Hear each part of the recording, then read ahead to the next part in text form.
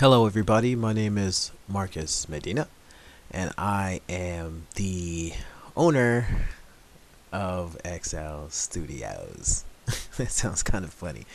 Let me go ahead and apologize first about my voice. I have a stuffy nose as a result from the allergies, or allergens, flying around in the air outside here in the beautiful Jeju City on Jeju Island in South Korea.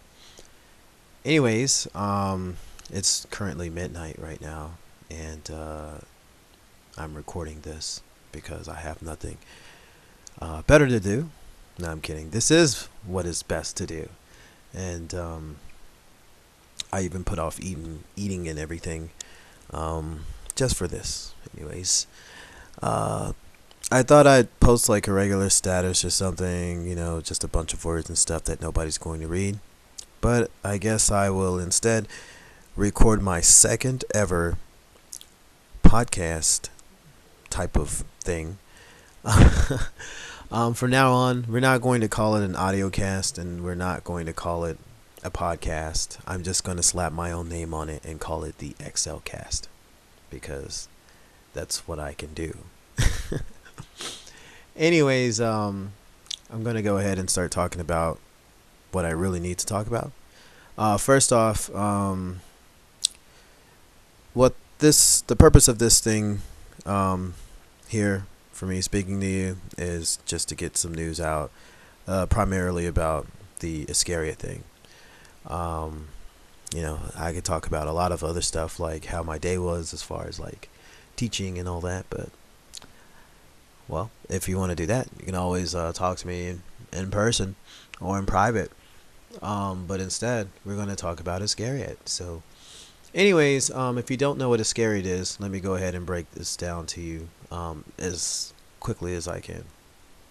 First off, so far, Iscariot seems to be, to me and everyone else, seasonal novellas that is leading to a full novel. I mean, it started out as a novel project, but I was really anxious in telling the story now, because there's nothing better in the world when you have a story than to tell somebody, and for other people to know it and see it and read it. That's like one of the greatest things in the world. It is a fairly small project because from what I see, there's not a lot of feedback up front about the books. I'm guessing it's perfect. I'm guessing it is perfect when you look at the download count and everything, and we'll talk about that. So, it is a fantasy fiction with primarily heroic, supernatural, alternate universe, and action elements. And it has a strong emphasis on brawling and energy strikes. So if you've ever watched like animation where people are fighting like super fast, or people get like super strong, like the mangas or games or what have you, like JoJo's Bizarre Adventure or Dragon Ball Z, something like that, then this is that kind of story, pretty much. But not yet. I mean, we're getting there. So, when did I get this idea? Like I said before in the previous XelCast, it all started in 1998, really. I mean, the year before that, 97, 98, that was all like a turning point when it came to like creativity for me, because watching like anime and reading books at that time, I mean, it really changed the way that I thought. I mean, the way that I told myself stories. I was just like one of those kids who like sat in his room all day playing with my action figures and building Legos and stuff and creating my own little world, stuff like that. At that point, I just finished playing video games like Final Fantasy VII, reading books like Turok. If you don't know, that was a first-person shooter. It was a big one back in the day. Like, this is before Call of Duty and all that. But anyways, I read that book. I even played the game, but the book had a story. It had a nice story. Watching Dragon Ball again was like the most dense manga or anime you'll ever read at the time. I mean, it had its own world too.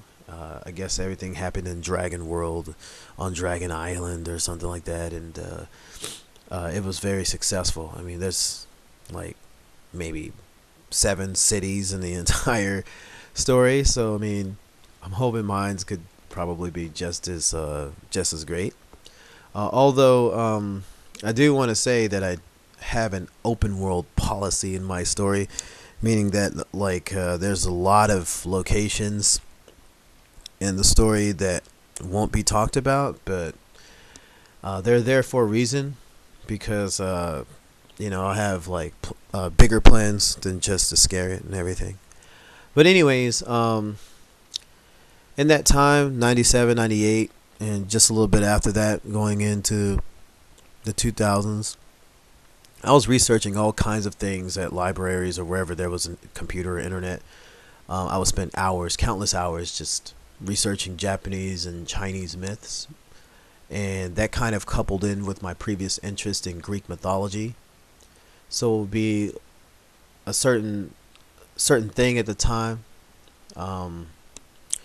that at that time I mean that created this story. I mean, it was all these previous interests and everything that you will read or see in the books, and you will also see some other illusions. As you know, for some people who don't know what an illusion is, illusions are like things that happen in your story that could have happened in another story, whether you intended to or not. But in respects to those authors, and of course to respect myself, just to let you know, it's an original story. I mean, all in all, my story is original. I don't know about the other stories. I haven't been a person who was so heavy in reading, like every single thing that I put my hands on or anything. But I know that my story is original. That should be the first thing that I care about is my story.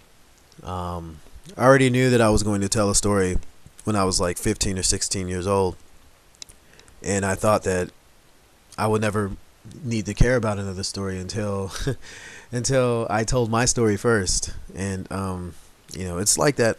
It's like that with everybody. I mean, the most successful people usually only care about their story, but and I don't mean they only care about the story. I mean they just care about their story the most, and then of course they get into these other stories, whether they did in the past before theirs or something like that. I don't know. I'm just kind of, this is midnight and I'm just talking. Anyways, the thing that I do want to say, over time, a lot of my friends who, well, not a lot, but a handful of my friends who knew about this story long before when I was a kid, they know that the core story is still the same.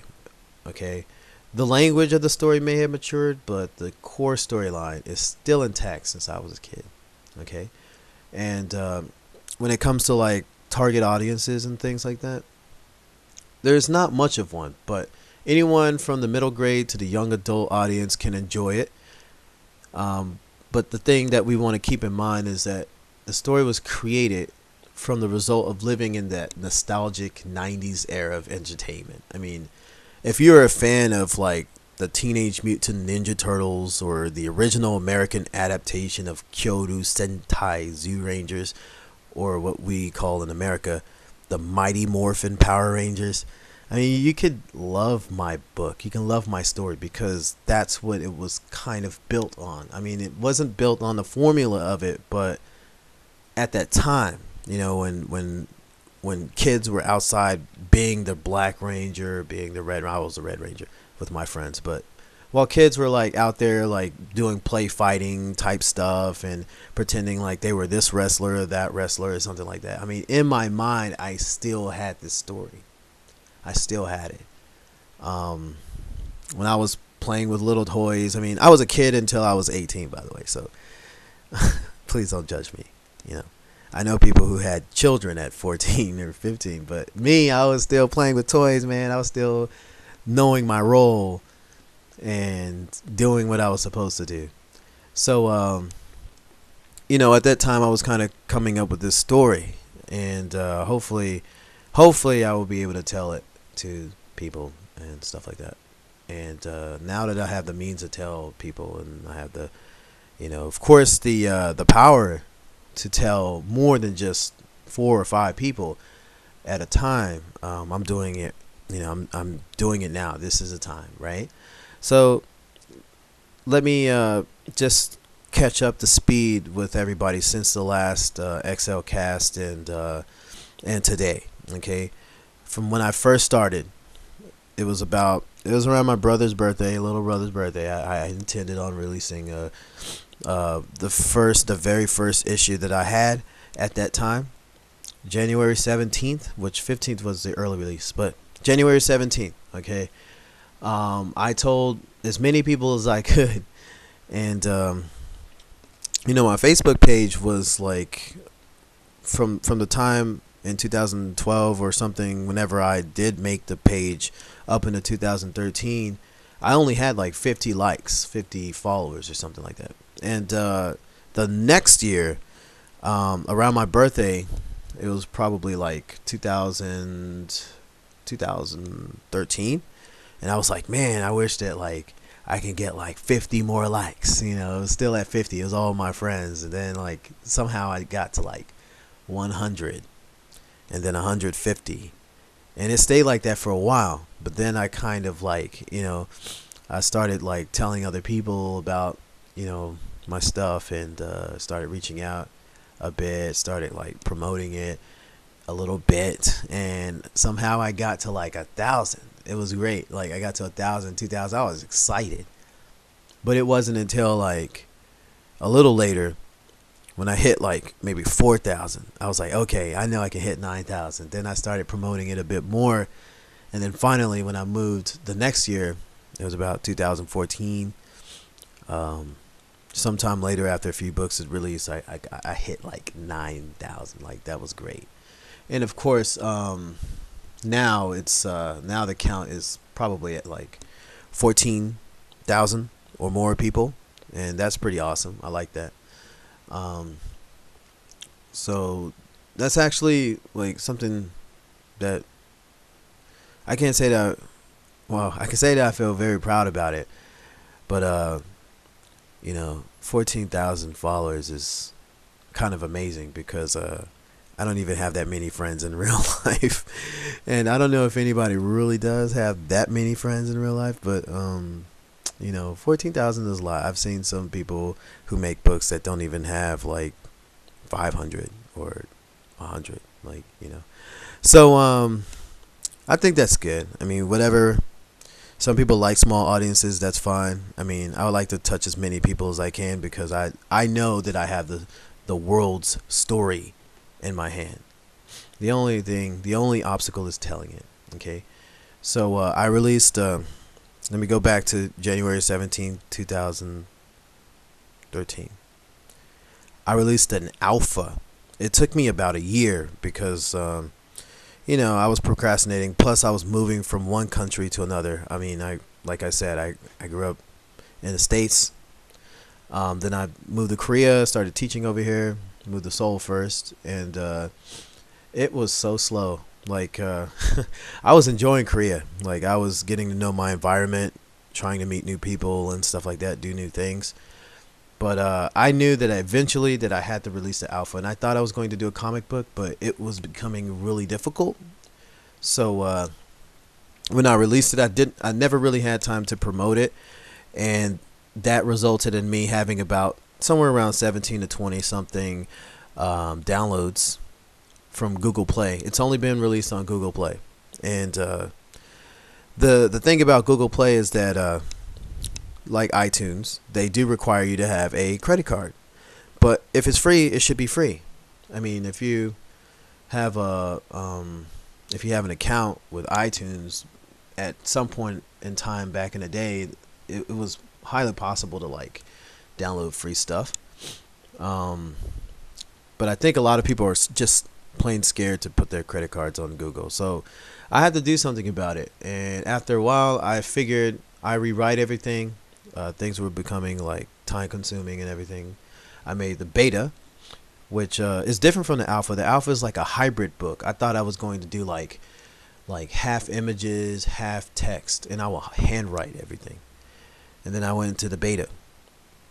That eventually have 541 downloads, and that was all unlimited promotion. Like the only way that the beta and the gamma were promoted was through through friends and family and things like that, and their friends, right? And just maybe like one or two ads or something like that, just maybe one or two promotions for both.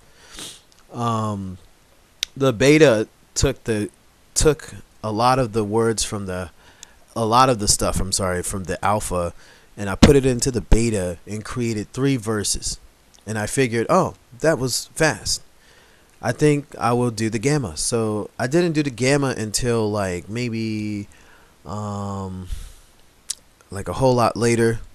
I got an artist. Her name is and I'll talk about her a little bit. Her name is nickname is Rin, and she created the cover for the gamma, and I did that. Okay, I wrote that in the same fashion that I did the beta. I got 501 downloads, but I was also writing the delta, and I didn't as much promote the gammas as strongly as I did the beta, even though they're about 40 downloads apart. The thing about the gamma is that like I was working on the delta and it was already on its way. The thing is, like maybe a month later, I decided, okay, I would release a third book, because I pulled the alpha out and I only produced the beta and the gamma download, right? So I was going into doing the delta, and I changed my mind about how I was going to release. Instead of doing these 3 books, these 3 separate books, which I thought would have been pretty cool, instead I created a miniature volume book where I will have the alpha, beta, gamma, and delta storyline, or all of the story parts, I guess, the pieces of the story.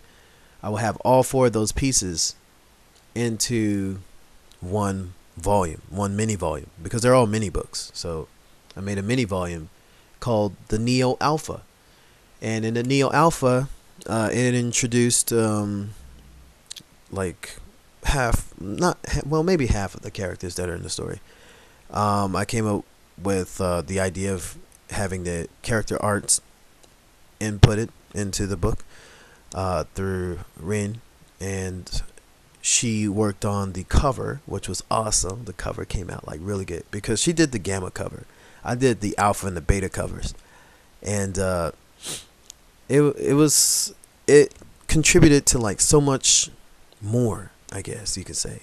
I mean, I know that like everybody who had the alpha, the beta, the gamma, they must have gotten the Neo Alpha, because like this was somewhat of a little bit heavier promoted book, where I've scored about 11,333 downloads or more, and this number is just coming from my my direct downloads, my PDF downloads. I know I have over 160 something Google Play downloads, which is kind of weird because I remember I struggled to get to like 10 for a while, right? And then sometime later, I released a Delta, which was limited. It was advertised at a limited scale, but just a little bit more than the Beta and Gamma, and a little bit smarter too. And I got about 4,286 direct downloads for the Delta. The Spanish Beta was also has a limited, very limited advertisement, only because like it's really hard to speak Spanish. But I managed to get about 282 Spanish downloads, and it is currently the most popular Google Play book that I have. So maybe out of like those 100 something downloads, there's gotta be like maybe 20 something downloads. Um, Everything else is just scattered around.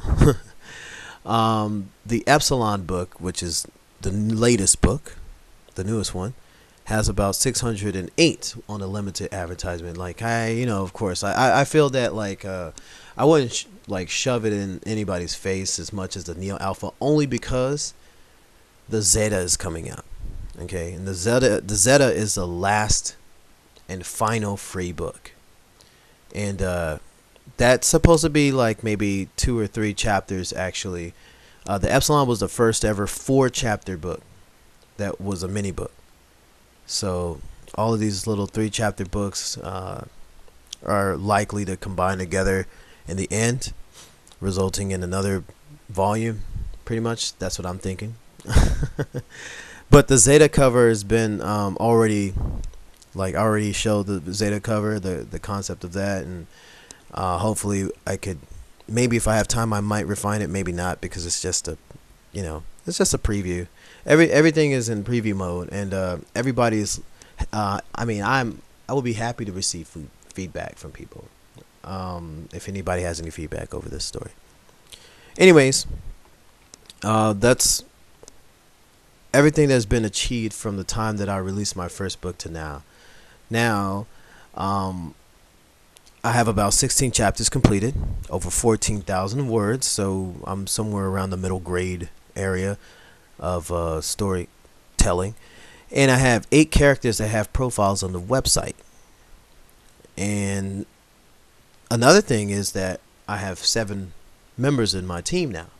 Before I only had like 1 member, that was me, from like 1998 to 2012. So yeah, I came a long way. I got 3 more on my team by 2014, and I have like seven members. Yeah, I'll talk about them a little bit. Besides myself being the author, the writer, or whatever, the alpha concept artist, whatever you see on the site, I have Luis Macias, who is an animator. And he was the reason why he's in the group is because he created the beta concept of Iscariot, where I created, of course, I did create all of the alphas and stuff, but that was like back in when I was in high school, college. Like Luis Macias made the 2012 edition, and I worked off of that. And he is providing some more concepts, which is actually pretty good in the future, especially. Rin, who is, her real name is Gladys Batilas. She's the primary illustrator for the Iscariot title. I have a translator that I recently met while I was in Japan, in Shibuya. Her name is Ogasawara. It is hard to say. Ogasawara Yuka. And she is the Japanese translator and the appointed and current vice president of XL Japan, which is kind of cool. And I know I told her. Yeah, she's the current vice president of XL Japan, so she will likely be helping me or assisting me with any kind of ventures we may have in the future, or we should have. We will have it. And I have, of course, my Spanish translator, who is currently on hiatus. I don't, kind of not knowing much about it, but she is the Spanish translator of the beta for the Spanish edition of the story, Nia Evans. She lives in Spain. And I have Hilda Sanchez, who runs the Spanish moderation section of my Facebook page, the official page, Iscariot, that has changed from the Gospel of Iscariot, which is the official name of the collection. There's going to one day be a collection, and it's not going to be called the collection of Iscariot. It's going to be called the Gospel. But right now, we're down at Iscariot. Simple, right? Simple is better sometimes. And my new join is Cassandra LeBron, also known as Cassie, and she is the contributing artist and the cover artist of the Iscariot titles. We actually have discussed some kind of cool venture as far as working with another title that I'm working on. I've expressed some interest in historical Japanese storytelling, and I wanted to get into this one topic and try to bring it into the light. But anyway, she's going to be working on that. Hopefully, we'll get some things worked out. And again, there's going to be some crazy like connections between the work that I do, right? So be sure to stay tuned for that. And of course, I do want to say that Koei Shimada, a friend from University of Texas at Dallas, we took classes together and we're still in contact. He's currently, at this time, he's currently venturing somewhere out here in Korea. But anyways, he is the editor, the official editor of the story, and he will be the one who, like, checks up on everything as far as the Japanese edition goes. And speaking of the Japanese edition of Iscariot, because it was Japanese culture that shaped and molded the story that is Iscariot, because of the exposure that I had to like pop culture and things like that. I've currently put out a preview of my cover for the Japanese edition. What all of the mini books will look like once it goes there, and hopefully we'll get some popular demand from Japan, because that is considered the mother country of Iscariot as far as like concept goes. But right now the results are in. I mean, we're looking at white versus red editions, okay, and the white edition is like strong, like 20 people. Like, that really surprised me. I was working at the school that I teach at, and I was surprised to see that there was so much feedback over the two covers. But anyways, one thing I want to say about the cover is that, and the significance of it, is that it's going to Japan. And if you look closely at the cover, you'll notice that the original one, the white one, was the original pick for the cover by me. But I got a little adventurous and decided to fill in that color, and it came out with this like kind of like beautifully red colored alpha symbol. The reason why I chose these colors is because, it is in the ode to the Japanese colors, and although red is a bit exclamatory in terms of color and attraction, I chose to use those colors just in respects to the culture that inspired me to do things like this, the country where all of this stuff comes from. That's why the cover is white in the background and red in the front. So yeah, I mean, just basically explaining why the cover. Most of the covers for the Western versions, especially English and Spanish versions, they're in black and gray. That's just the style that I like, of course, to keep the mystique of Iscariot intact. But the Japanese one just looks kind of cool. And I also have a similar idea for the Korean version, which would, of course, be in its typical red and blue. So, yeah, I would be, anyways, I would be very happy if I had any feedback on anything. And sorry if I put anybody to sleep. But I felt like maybe if I was just talking about whatever, maybe you didn't even need to bother reading. You just play the video and just do whatever you want and cook whatever food you're doing. Or maybe if you're in the shower, you can wipe your butt a little bit more better. So yeah, anyways, Again, this is Marcus. I know I spoke for about 30 minutes now, but I would like to thank you very much for tuning in to the XelCast. Please be sure to subscribe to my channel, blah, blah, whatever. I don't know. I really don't care if you subscribe or not, but the thing is that, always stay tuned because there's a lot for me to offer to the world. And don't forget to visit Iscariot.com/downloads, of course, if you're downloading a book. And don't forget to visit the I have an Instagram, yay, at Iscariot with a Y, and of course Facebook page. Please follow the Facebook page if you haven't done so yet, and share every day. Okay, tell people about this stuff. Tell people about my story. Okay, Facebook.com/Iscariot. Iscariot everything. I mean, you can just Google me now and pretty much find me. But anyways, thank you very much. This is Marcus Medina signing off, and have a good night or wonderful day, whatever time it is. But take care. Peace.